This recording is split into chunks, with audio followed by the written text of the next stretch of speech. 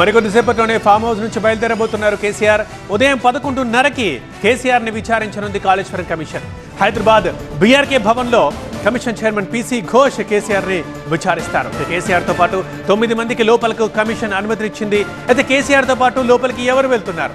ఎమ్మెల్యేలు Harish Rao, Prashanth Reddy, Palla Rajeshwar Reddy, Padmarao Goud, Bandari Laxmareddy, MLC Madhusudhanachari, MP Vaddiraju రవిచంద్రల్ని అనుమతినిచ్చింది కమిషన్. పార్టీ నేతలు మహమూద్ అలీ, ఆర్ఎస్ ప్రవీణ్ కుమార్ కేసీఆర్తో పాటు బీఆర్కే భవన్ లోపలికి వెళ్లనున్నారు. విచారణ నేపథ్యంలో బీఆర్కే భవన్ దగ్గర భారీ బందోబస్తు ఉంది. కేసీఆర్ రాక నేపథ్యంలో పార్టీ తరఫున ఏర్పాట్లు పరిశీలిస్తున్నారు కేటీఆర్. ఎమ్మెల్యే క్వార్టర్స్ లో ఉండి ఏర్పాట్లు పరిశీలిస్తున్నారు. ఇటు బీఆర్కే భవన్ కి భారీగా చేరుకుంటున్నారు బీఆర్ఎస్ కార్యకర్తలు.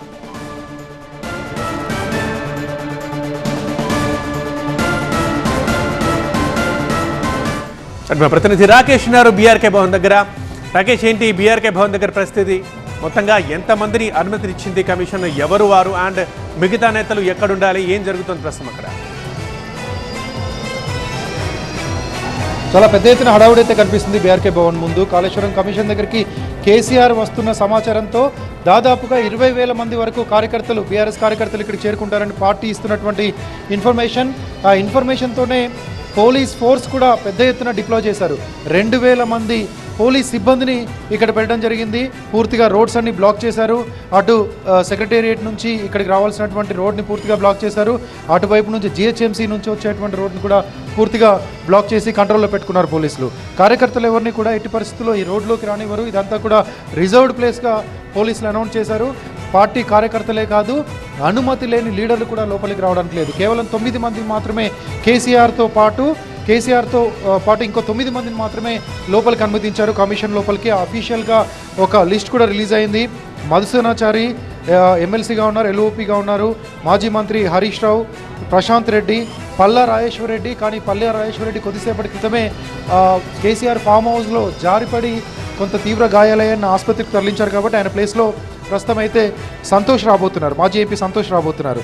ఇక వడ్డిరాజు రవిచంద్ర ఎంపీ, ఆర్ఎస్ ప్రవీణ్ కుమార్, మాజీ మంత్రి పద్మారావు గౌడ్, మాజీ మంత్రి మహమూద్ అలీ, అదేవిధంగా ఎమ్మెల్యే బండారు లక్ష్మారెడ్డి.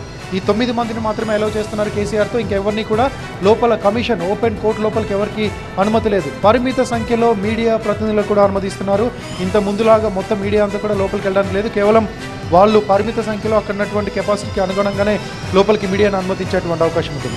ఇక కార్యకర్తలు పెద్ద ఎత్తున ఇక్కడ చేరుకుంటున్నారు కాబట్టి వాళ్ళకి చుట్టుపక్కల ప్రాంతాల్లో బ్రేక్ఫాస్ట్ నుంచి లంచ్ వరకు చాలా అరేంజ్మెంట్స్ అయితే బీఆర్ఎస్ పార్టీ చేసింది. బీఆర్ఎస్ వర్కింగ్ ప్రెసిడెంట్ కేటీఆర్ కొద్దిసేపట్లో ఇక్కడికి వస్తారు. ఇక్కడికి వచ్చిన తర్వాత పక్కనే ఉన్న ఆదర్శ్ నగర్ ఎమ్మెల్యే క్వార్టర్స్లో తలసాని క్వార్టర్స్లో ఆయన ఉంటారు. అక్కడ నుంచే మొత్తం మానిటరింగ్ చేస్తారు. ఆయన లోపలికి వెళ్ళట్లేదు, బయట ఉండే పూర్తి అరేంజ్మెంట్ చేస్తున్నారు. ఇక కార్యకర్తలు కొద్దిసేపటి వరకు ఇక్కడ హడావుడి చేశారు. లోపలికి పంపించాలని చెప్పేసి హడావుడి చేశారు. వాళ్ళందరినీ కూడా అటువైపు పంపించారు. కార్యకర్తలందరినీ ప్రస్తుతం ఎవరిని లోపలికి రానివ్వట్లేదు. ఇక ఎంపీలైనా, ఎమ్మెల్యేలైనా, మాజీ మంత్రులైనా ఎవరైనా కూడా పూర్తిగా ఇక్కడ వరకే అలౌ చేస్తారు. ఇక్కడ నుంచి లోపలికి అలౌ చేసేటువంటి అవకాశం లేదు. దాంతోపాటుగా వెహికల్స్, కేసీఆర్తో పాటు వచ్చేటువంటి సెక్యూరిటీ వెహికల్స్, కేసీఆర్ వెహికల్ ఎవరైతే అలౌ చేసినటువంటి కమిషన్ పర్మిషన్ ఇచ్చినటువంటి 9 మంది, టోటాల్కి అటెండ్ అయ్యే 9 మంది, వీళ్ళ వాహనాలు తప్ప ఏ వాహనం కూడా లోపలికి వచ్చేటువంటి ఛాన్స్ కనిపించట్లేదు. ఇక లోపల ఉన్న వాళ్ళని బయటకు కూడా పోలీసులు పంపించట్లేదు. మొత్తంగా ప్యాక్ చేశారు. క్రౌడ్ని కంట్రోల్ చేయడానికి ఎక్కడికక్కడ బ్యారికేడ్లను ఏర్పాటు చేశారు.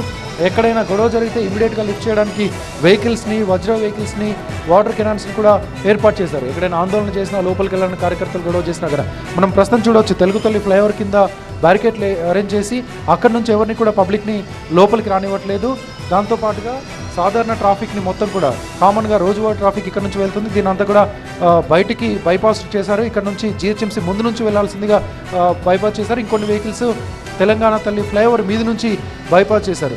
సో మొత్తంగా ఇక్కడ నుంచి ఒక 200 మీటర్ల దూరం కమిషన్ నుంచి బీఆర్కే భవన్ కమిషన్ నుంచి 200 మీటర్ల దూరం అంతా కూడా పోలీసులు తమ కంట్రోల్లోకి తీసుకున్నారు. ఎక్కడ క్రౌడ్ నిలబడకుండా, ఎక్కడ ఎలాంటి డిస్టర్బెన్స్ లేకుండా ప్రశాంతంగా విచారణ జరిగేలాగా పోలీసులు అయితే అరేంజ్మెంట్ చేశారు.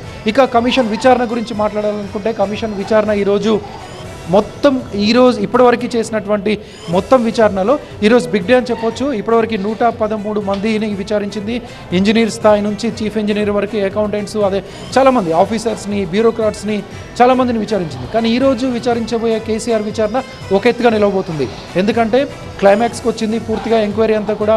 Enquiry commission report almost ready చేయబోతుంది. ఫైనల్ వర్డ్స్ కోసం మాత్రమే ఈ ముగ్గురిని విచారించాలని ఇంతకుముందు కమిషన్ అనుకుంది. దాంట్లో ముందుగా ఈటల రాజేందర్, తర్వాత హరీష్ రావు, ఇప్పుడు కేసీఆర్. ఈ ముగ్గురిని విచారించిన తర్వాత ఒక కంక్లూజన్కి వచ్చి ఫైనల్ వర్డ్స్తో ఒక నివేదికను గవర్నమెంట్కి ఇవ్వబోతున్నారు. ఈరోజు అడిగే క్వశ్చన్స్ కూడా చాలా కీలకంగా ఉండబోతున్నాయి.